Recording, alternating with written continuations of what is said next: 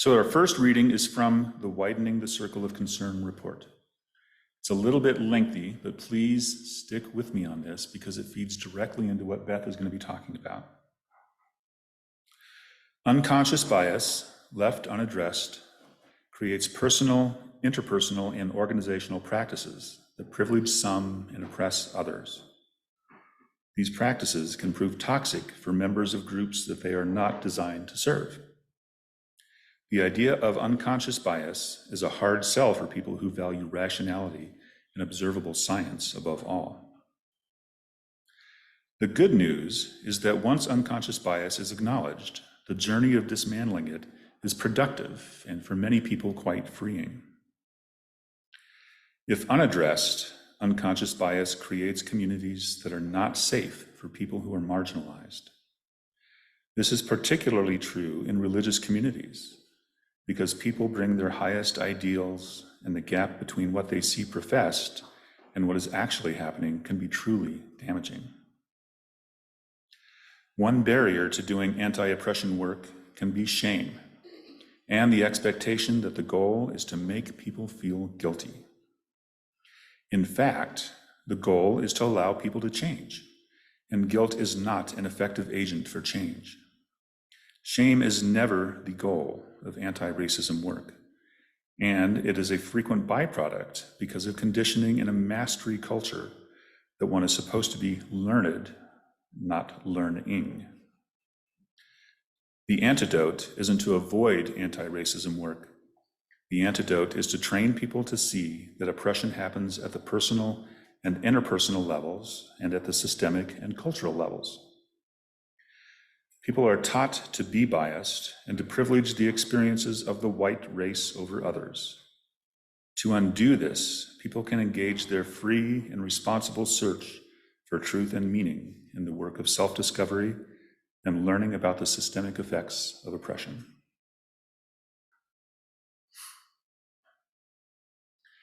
Our second reading, which is much shorter, is a testimonial that was part of the Widening the Circle of Concern report.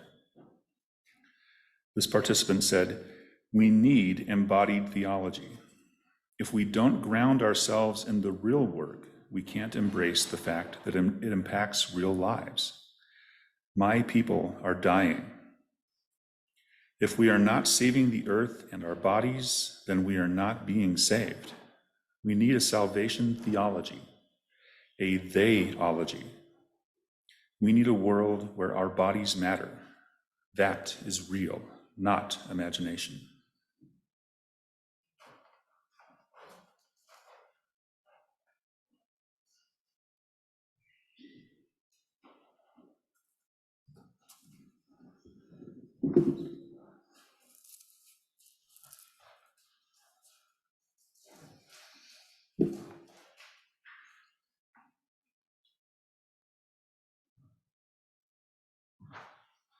Let me get myself together.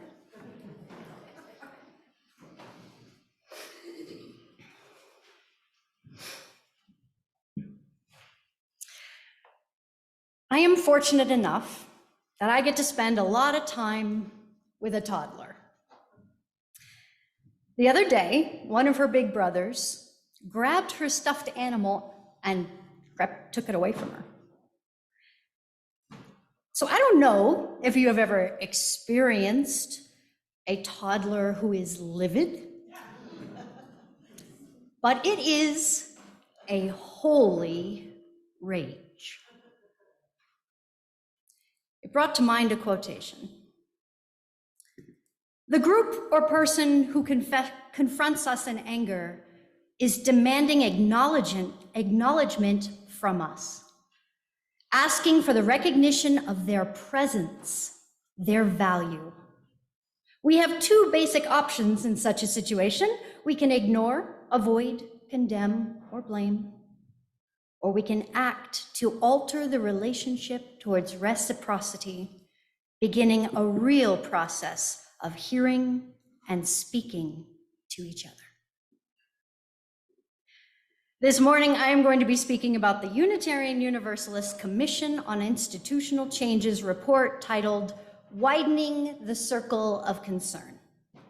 In 2017, the Board of Trustees called for a commission and charged them to conduct an audit of the power structures and analyze systemic racism and white supremacy culture within the Unitarian Universalist Association.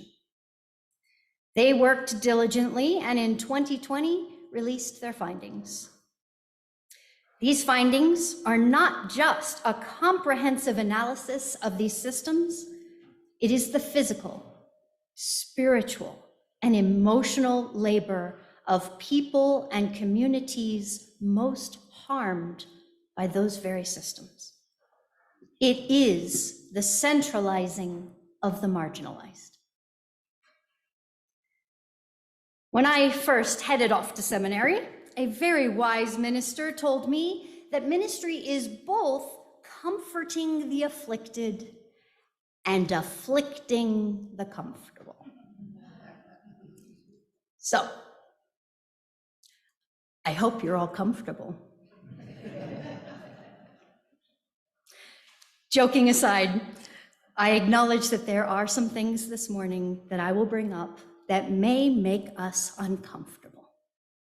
I encourage you to think of me as a toddler, brought into your world to for the express purpose of asking a million questions on behalf of a holy rage. And just like a toddler, my questions come from a deep, loving engagement with you and the world. If you feel uncomfortable today, good. That is what it is to be a human being in a complex world. As Reverend Dr. Sophia Betancourt asks, how can we start to undermine the notion that it is okay for a personal, small moment of discomfort to silence an entire tradition, an entire people, an entire faith perspective in our congregations? It is okay to be uncomfortable. Now, this report is extensive, and there is no way for me to attempt to do some interpretation of it in its entirety. Instead, we are going to focus on one significant area: theology, or borrowing from the reading, They-ology. All religions need to reckon with their own complicity in perpetuating systems of oppression. You could even make the argument that religion is not merely complicit, but actually is a foundation of systemic oppression. Any faith community that expects to survive without schism or slow demise must examine their life-affirming or life-limiting interpretations of their theology. Before we tackle our theological challenges, let me once again be the toddler and ask why. Why is theological reflection the key to our congregation's thriving? The Widening the Circle of Concern report is inviting people out of an implicit reality that is thoroughly pervasive. Racism, classism, misogyny, paternalism, ableism, capitalism, colonialism. We still think of all these isms as these menacing sharks, when in actuality, they are the water in which we all swim. And nobody, absolutely nobody, sees all the ways in which they have swallowed the water. We are all complicit in the isms. According to the Pew Research Center, many liberal faiths, including Unitarian Universalism, is nearly 80% white. Another Pew finding tells us that fewer people are participating in religious communities, and significantly higher rates of young people are not affiliated with any form of religion. The report emphasizes that Unitarian Universalism is not immune. We too are losing congregations and have many teetering on the edge of collapse. We typically like to refer to our 1,000 congregations when in truth, these days, we have closer to 800. And many who enter our doors are not refugees from other faiths, but are experiencing faith communities for the first time. Additionally, the demographics in our country are changing. In California, Hawaii, Nevada, New Mexico, and Texas, white people are already not the majority. Younger generations and people of color do not and should not have to tolerate faith communities who do not have accountability and multicultural competency. It is no coincidence that our faith communities, which are dominantly white and older, are struggling. And the report clarifies that what is at stake is nothing less than the future of our faith. And investing in the future of our denomination and the success of our congregation is important.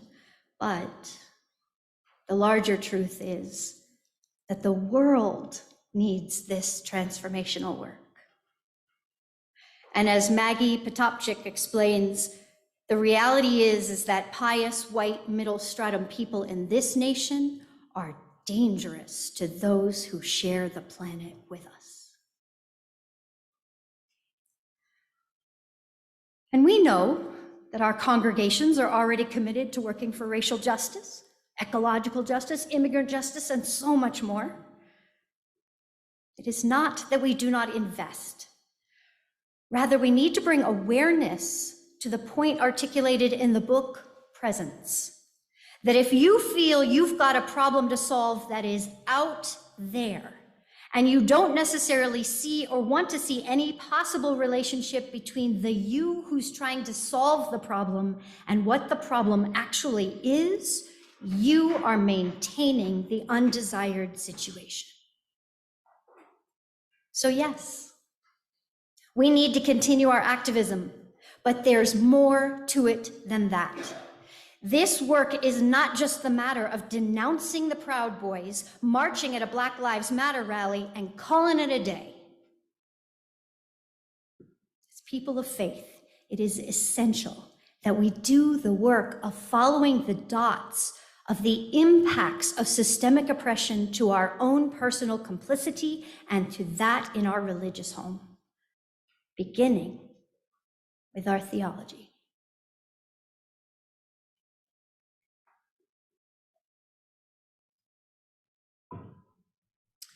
One of the most harmful and life-limiting theology foundations is our focus on hyper-individualism.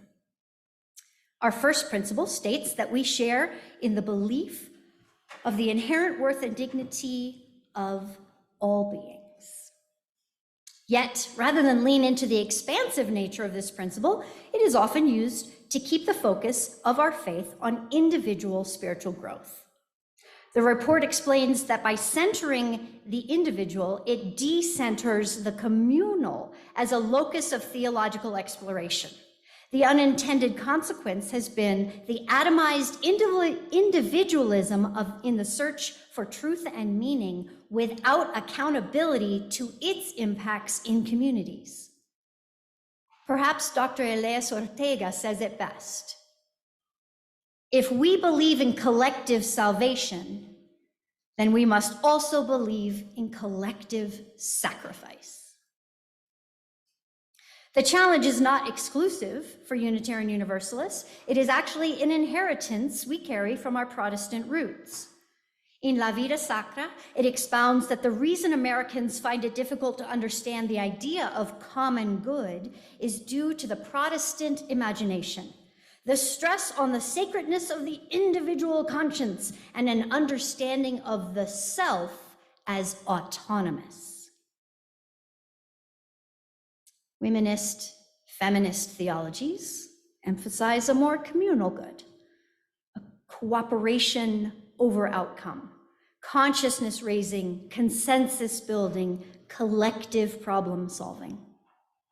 Harrison claims that more liberative theologies have the power not only to create personal bonds between people, but more basically to build up and deepen personhood itself, to deepen relationship, and to bring forth community. Individualism, therefore, is no longer our endpoint, but our starting point for interconnection. As a faith with no centralizing dogma, we can fall victim to treating religious beliefs as a mere buffet of items for which we are able to pick and choose for our own convenience. But as Burns and Parker explain, theology, whatever else it may connote, is about the structures and meanings that shelter our way of living. The image counters the common notion among liberals that every person must build their own theology from scratch, as if religion were only a private matter of personal belief, without history or community. In fact, liberal and progressive people of faith inherit a common theological house. So we can stay at this spiritual buffet and maybe eat too much of just a few items and never feel full. Or we can commit to planting seeds with others that grow rich gardens that we harvest together, prepare together, and eat together, ensuring we are all nourished and that we are all at the table. And that is because theology is not about understanding just who we are. It's understanding who we want to be. This would open a door of inclusivity, allowing theology to be more than mere principles, but rather a daily articulation of life in community. As a faith tradition, our reliance on secularism and logic has also alienated us from our own complicity. By shutting out the experiences of mysticism, transcendence, and avoiding spiritual language, who are we really excluding? Gloria Anzaldúa explains that in trying to become objective, Western culture made objects of people and things, and then distanced itself from them, therefore losing touch with them. And this dichotomy is at the root of all violence. Our survival comes only at the recognition of the interdependence of all. There are some challenges that we just can't think our way through. We have to feel, we have to relate, we have to be accountable in community. This is the nourishing communal meal of faith, not a buffet of ideals. Because as Rebecca Parker articulates, ideals do not administer spiritual assistance. Ideals do not surround the soul with comfort and refreshment, and ideals do not renew the heart's courage. The report also calls for us to center marginalized voices that would shift our faith to understanding that critical theological reflection is disruptive. And in an age when so many struggle to find meaning, a community formed through a set of commonly held beliefs can form a stronger bond than one formed through an antipathy to rejected beliefs. We need to recognize, in the words of Reverend Dr. Sophia Betancourt, we are the theological inheritors of teaching on universal salvation.